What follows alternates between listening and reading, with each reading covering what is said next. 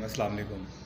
आज एक छोटी सी वीडियो डालने का मकसद ये है कि ये जो डंबल्स देख रहे हैं मेरे पीछे जो पड़े हुए डंबल्स जो हमें बिल्ड करते हैं, जो हमें बनाते हैं, तो अक्सर दोस्तों भाइयों को देखा है कि ये डंबल जो होते हैं ना, किसी जिम में आप जाएँ ना, कहीं भी ऐसे पाँव से पीछे कर रहे होते हैं, पाँव से मतलब प्लेट पड़ी है पाँव से पीछे।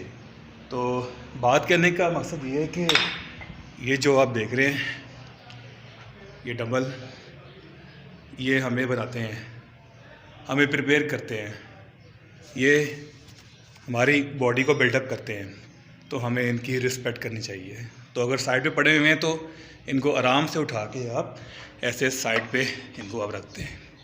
प्लीज़ इनको पाँव से पीछे ना करें, प्लेट पड़ी है पाँव से पीछे ना करें।